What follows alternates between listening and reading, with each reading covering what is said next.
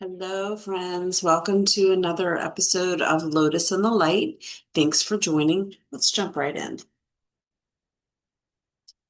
Just grabbing a stone.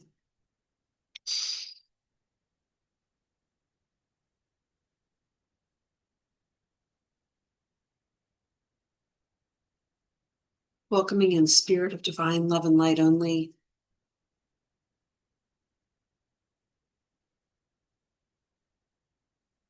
Opening our hearts, settling our minds, offering gratitude and thanksgiving for the messages that Spirit offers us and the paths that Spirit lays out for us and the doors that Spirit opens for us. We can tune in and listen.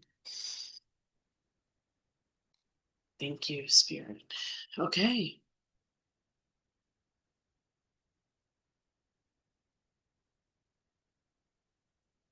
So, what I'm feeling moved to talk about today is the subtle difference between chasing what you want and moving towards what you want. Very subtle difference. Chasing what you want, moving towards what you want. If you grew up like I did, maybe you didn't, I very much was rooted in the belief system that if you want something, you go after it, you make it happen, you go get it. And then throughout the years, as my faith journey evolved, I layered in this element of divine, um, this layer of divine guidance, this layer of miracles, of divine action, right? Of like, okay, I'm still chasing these things that I want for my life. But now I'm opening myself up to spirit, opening myself up to God, and allowing divine guidance in what those things should be and perhaps how to go about achieving them.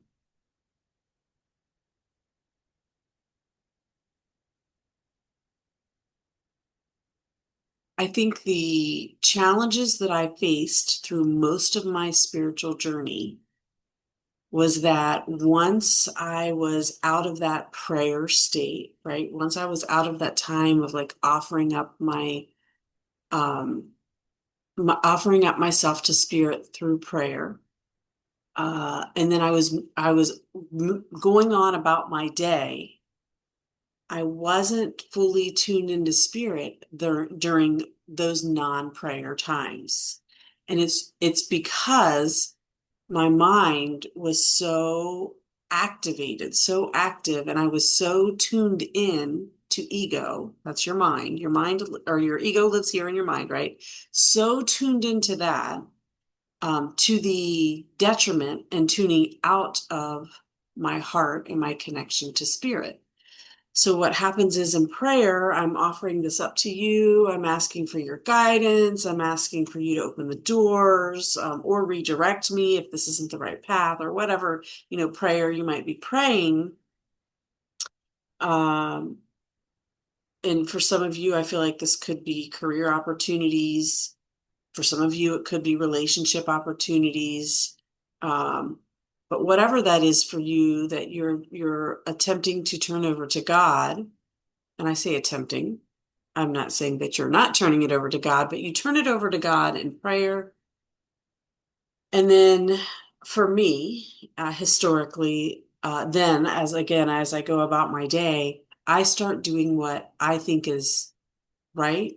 I start taking the steps that I think I need to take. It's all about productivity for me. It's all about making sure that, it's the old mindset that we have, especially here in America. You pull yourself up by your bootstraps. You got to do it yourself. You got to work hard. You got to da da da da da.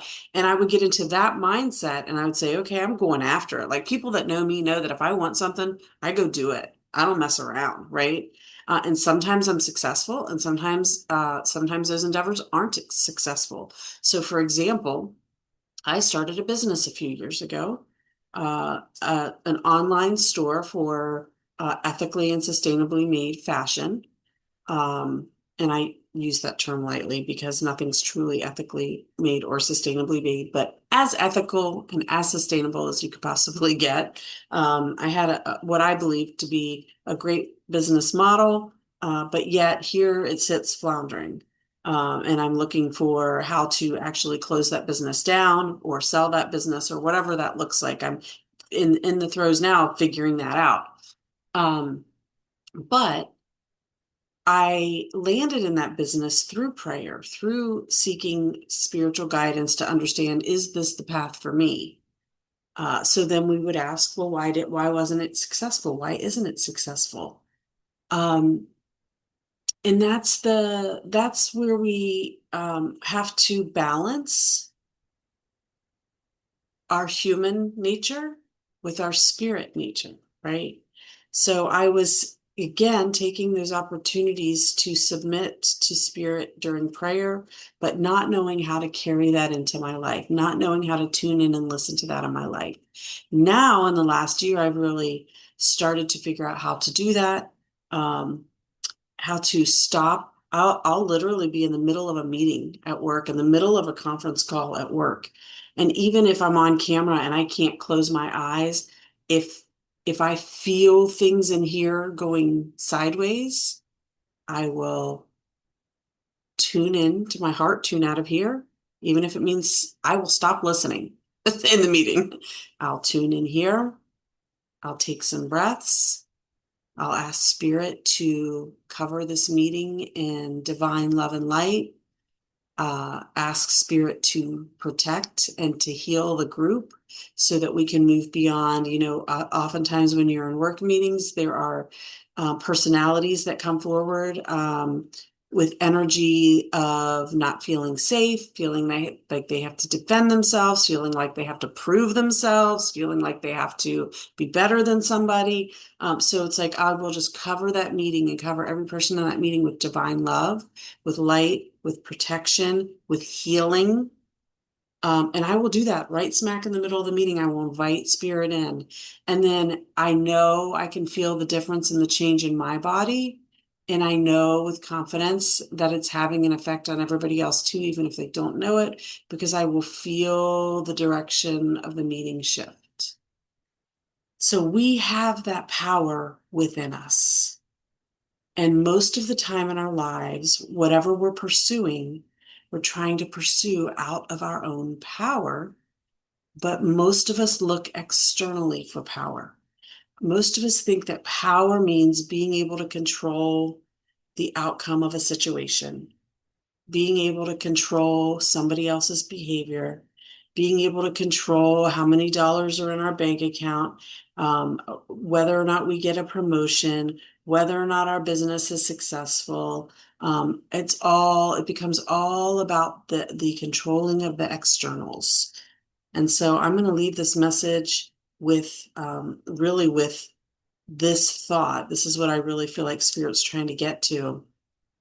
The control happens from within, and the control happens from controlling your ability to tune out this and tune into this.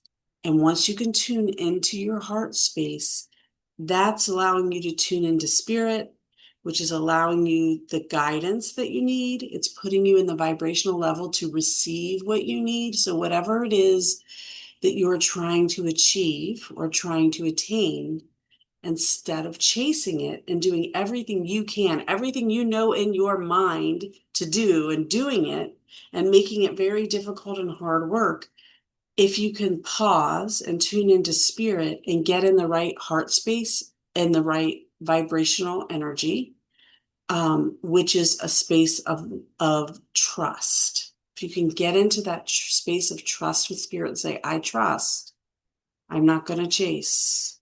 Spirit will send to you. In fact, spirit already is sending the things to you that you want. You just have to not block those things from coming in with a lower vibrational energy. So get in that energetic space that's allowing you to receive the things that you desire. but also hold loosely to those desires because spirit might have something better, might have a better way for you to achieve it or attain it, or may have something better for you entirely. So, what we might view as failure, so for example, the business that I started a few years ago, it's interesting because I knew from day one, fashion is not and has never been exciting for me, or motivating for me. But what was motivating for me, and what I did feel very passionate about, was preserving our earth, healing our earth, and healing and loving people.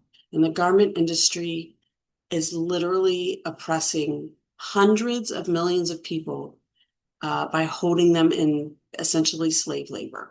And so, and putting them in very unsafe and unhealthy conditions, working unsustainable hours.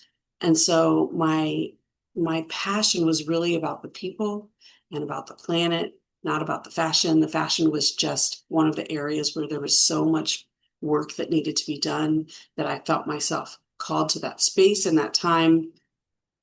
Uh, if I could have really tuned in better, if I could have tuned in then the way that I know how to tune in now, I don't think that would have been the path for me.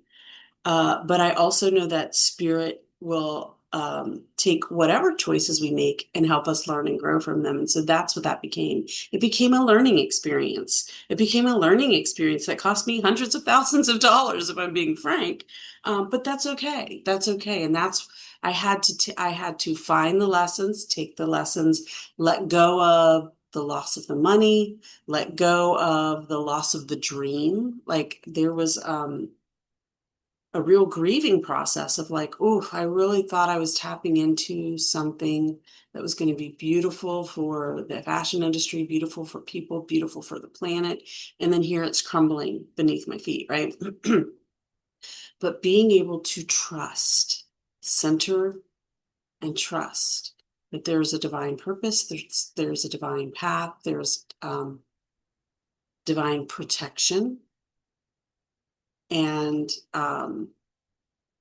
being able to sit back and allow myself to receive the things that I need to receive that are going to help me achieve my goals, even if what I'm receiving is redirection. Allowing myself and be welcoming and thankful. Be thankful for redirection. Failure, no's, anytime you hear a no, that is a divine redirection. That is spirit saying there is something better. This is not going to be what you think it's going to be. Or maybe it is what you think it's going to be and you're going to love it, but I still have something better for you. So the no's are divine redirection. So be thankful and grateful for those things. Okay, I'm going to close this out with an oracle card. I'm actually going to close. I have a new deck. I haven't used it yet. It's called Ocean Dreams. So I have not even pulled a card for myself yet. I did read like the intro cards, which I think is this. Where's it at? It's this and this. Yeah. So I'll pull these out. These were just like welcome to the deck cards. I did read those. Okay, so just asking that spirit would close out this message, put a nice little bow on it, help us to come away from this message with some peace, some motivation to uh, whatever it is that each of us individually need on our path to be able to continue our growth. Um, whatever it is that we need to learn how to tune into learn how to tune into spirit. I got a card here. Learn how to tune into spirit throughout our day, not just during our prayer journey. I've talked about it in a couple past videos, but what Christ was really teaching us on his time on earth, what Jesus was teaching us was how to live in a state of Christ consciousness all the time, not just during prayer, but how to spend some time in prayer, spend some time in meditation to recenter and reset when life throws us some curveballs and we get kind of out of whack, right? And then carry that energy throughout our day, throughout our week, throughout our life, knowing that life is going to throw things at us that are going to cause us to have to come back and recenter again. So we might have to do that multiple times a day. Even I've had days at work where multiple times a day I've paused, deep breaths, right? Get centered. So that I can tune in and really hear and stop feeling like I have to chase my accomplishments. Another great example is one thing that I do now at work is when I'm working on a project, I immediately invite spirit in to co-create with me. Help me make this project everything it can be. Help me to make it fruitful and exactly what it needs to be, and to help me fulfill this project's full potential, which I know I can't do by myself. I can do though. I can do it to a certain degree by myself, right? But if I invite spirit in to co-create this project with me, I know it'll be even better. It'll be the best it can be. And so I'll do that and then trust and not feel like I have to force things. The moment you feel like you have to force things, you're creating resistance to spirit. That should be your indicator that this might not be the direction. So just keep that in mind throughout your day. Okay, so let's look at this card. First of all, the beautiful polar bear. It says inner compass. And this, yeah, this is what I'm getting from this is exactly what I'm saying, like learning how to tune in. The polar bear knows exactly where to go to find food, exactly what time of year to do that. They have very particular times that they go out into the water. Has to be very cold, right? Because they're riding on icebergs and so on and so forth. And then they go diving for their food, and then they come back at the end of that season, the beginning of the next season, to go on about their life back on land. So they know exactly what it is that what they need to do, when they need to do it, how they need to do it. They're tuned into that inner compass. And so that's the call here. Okay, let me find the book. I don't even know how to look these up. Okay, I'm going to assume that it's alphabetic. Oh, look, just popped right to it. How beautiful is that? And this is, how many cards are in this deck? I don't know. A lot. Um, okay. Following your true north, soul purpose, visionary quest. Okay, I want to talk about your true north too. If you haven't looked into your astrological birth chart, highly recommend that as well. I am guided by my inner compass of purpose and intuition. I have faith in my vision. I am resilient to challenges. Okay, a lot like my business startup, resilient to challenges. A guiding light to intrepid souls, Polaris has navigated humanity across vast seas and parched deserts since the dawn of time. Okay, I was just making sure because I'm like it's talking about bright stars, and I'm like, this is not a bright star. So I was making sure I was reading the right thing. Okay. This bright star is easy to spot in the night sky by charting the Great Bear constellation, which stands out amongst infinite star fires and even city lights. Polaris is called the North Star because it sits still at the North Pole, while the rest of the northern sky turns around it. When we know our true north, we have our bearing in the world. Polar bear means sea bear in ancient tongue. This majestic creature thrives in one of the most inhospitable environments on Earth, north of the Arctic Circle. Its white fur blends in perfectly with the snowy landscape, enabling it to move silently despite the largest predator on land. Despite being the largest predator on land. With a water repellent coat and deep fat reserve, it is insulated from icy harshness, undeterred in its visionary quest. Polar bear embodies fortitude, courage, and purity of spirit. We may call upon this powerful guide when we are moving through unknown waters in pursuit of our soul's calling. This card rallies you to stay true to your mission, even if there's no shore in sight.